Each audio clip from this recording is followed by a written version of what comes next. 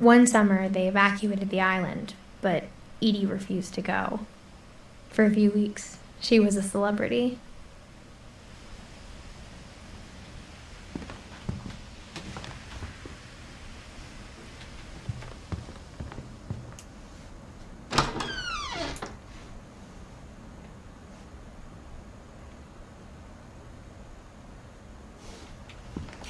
Also, how does this work now? Is this the start of the memory? Being a book like that, and I want to do the bathroom first.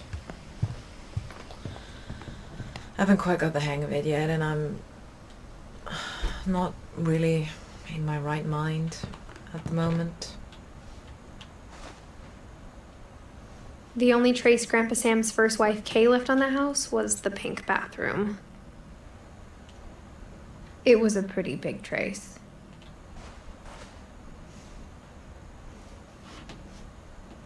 Yeah, that's pink, alright.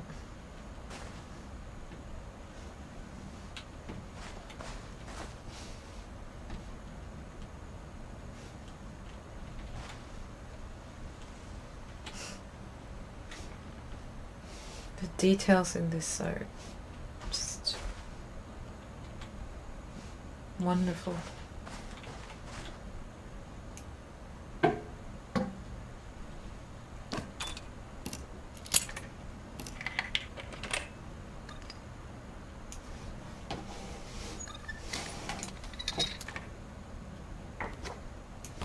There's a secret in this bathroom.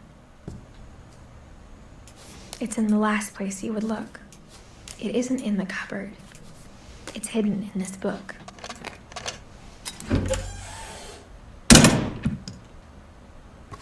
Don't go through! I wasn't finished!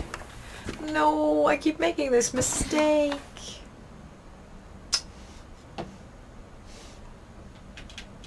Can I go out? Oh, then I get confused though.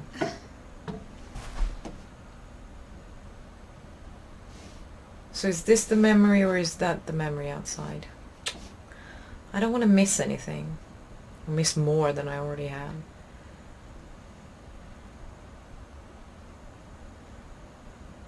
Okay.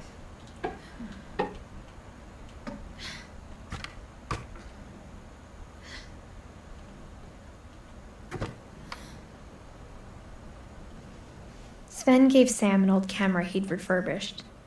He never put it down.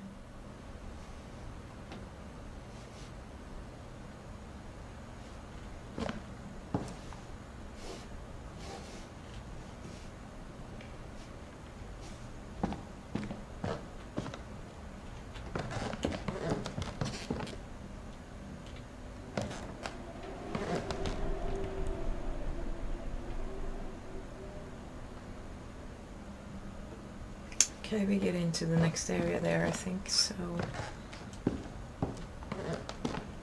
Sorry about this.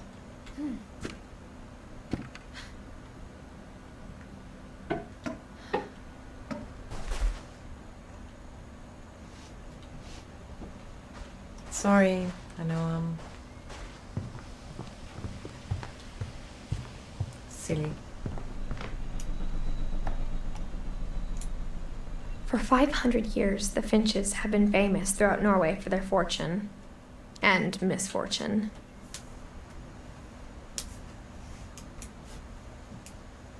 Odin Finch buries the latest victims of the family curse, his wife Ingeborg and their newborn son, Johan. Ingeborg. On January 7th, 1937, he set sail with his family and his house, hoping to leave the curse behind. But 40-foot waves off the coast of Washington send the house and Odin to the bottom of the sea.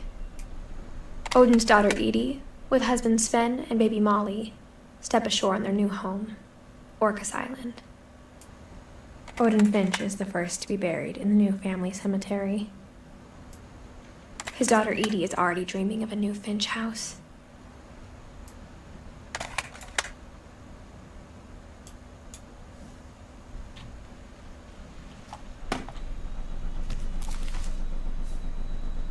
Whatever's wrong with this family, it goes back a long ways.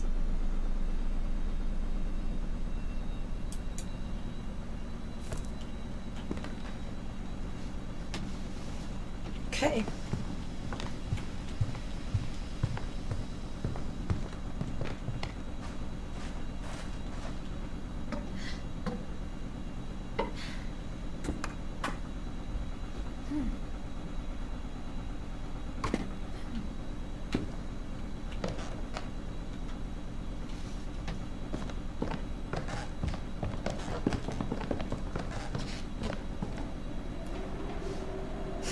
Milton.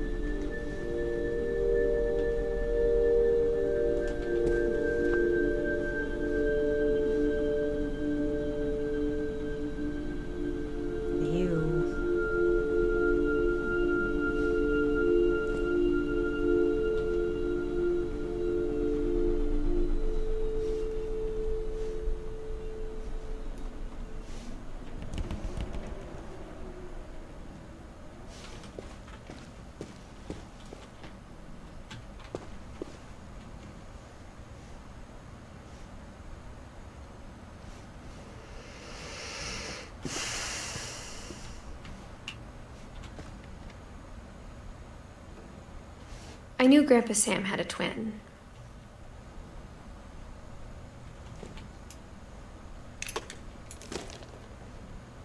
And that he never talked about him.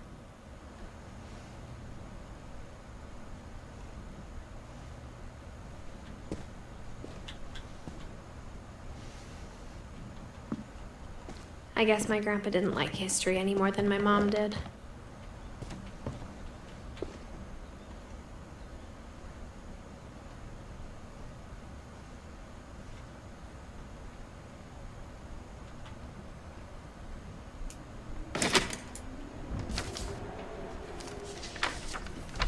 How I Want to Remember My Brother by Sam Finch. The thing I remember is that when he made up his mind, that was it.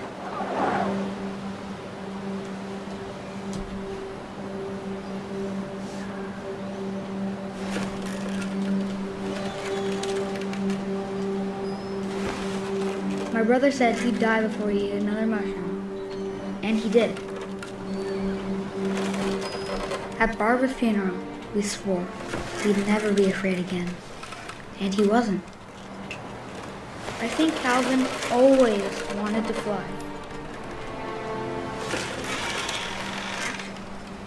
Sam! Calvin! Dinner's ready! Coming! But that day, he finally made up his mind to do it. I told him going around was impossible. Maybe if I hadn't said that. Calvin! I'm not gonna tell you again! Maybe if the wind hadn't picked up. Then maybe he'd still be here. But I doubt it. I think he'd already made up his mind. That's what I want to remember about my brother.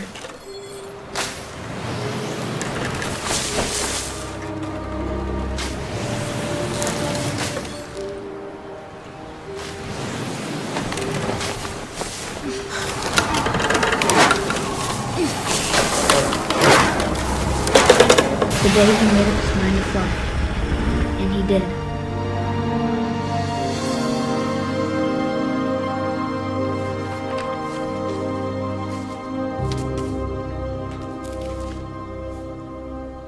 Calvin's story felt strangely familiar. When I was younger, I remember trying to do the exact same thing.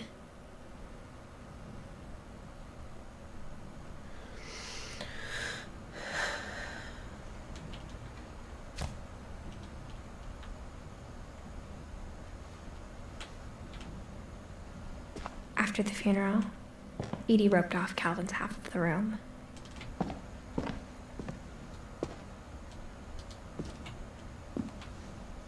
Mom said Grandpa Sam enlisted at 18 and never set foot in the room again.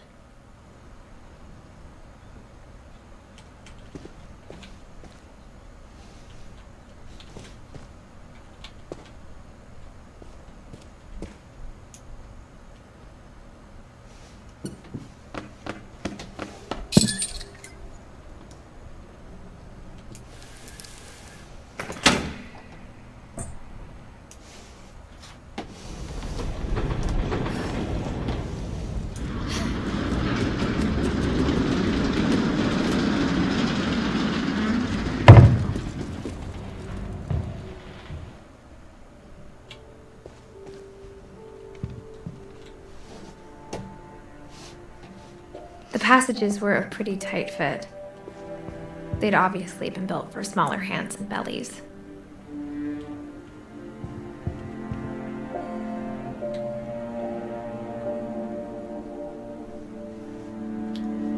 Oh, wow. I'm in the drinking cabin.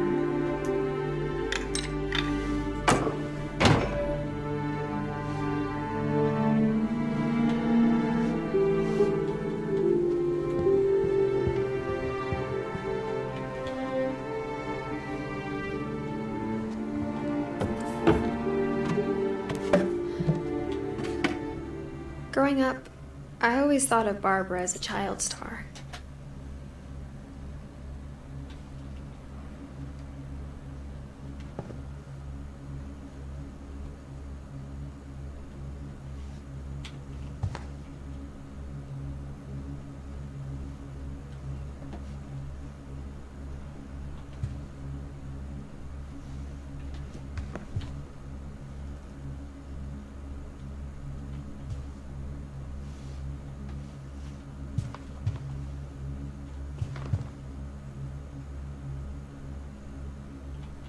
I never thought about how hard it must have been for her afterwards.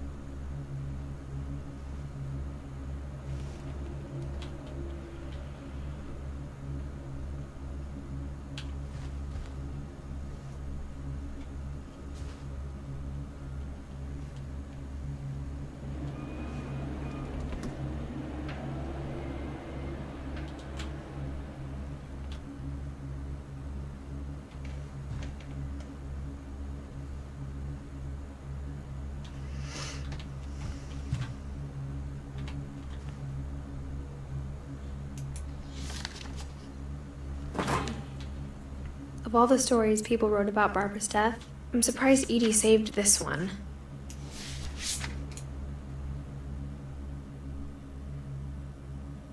Old Jack here with another ghastly tale inspired by America's most unfortunate family. I'm calling it The Surprise Ending of Barbara Finch. As a child star, Barbara was famous for her scream. Now at 16, she was all washed up, a has-been.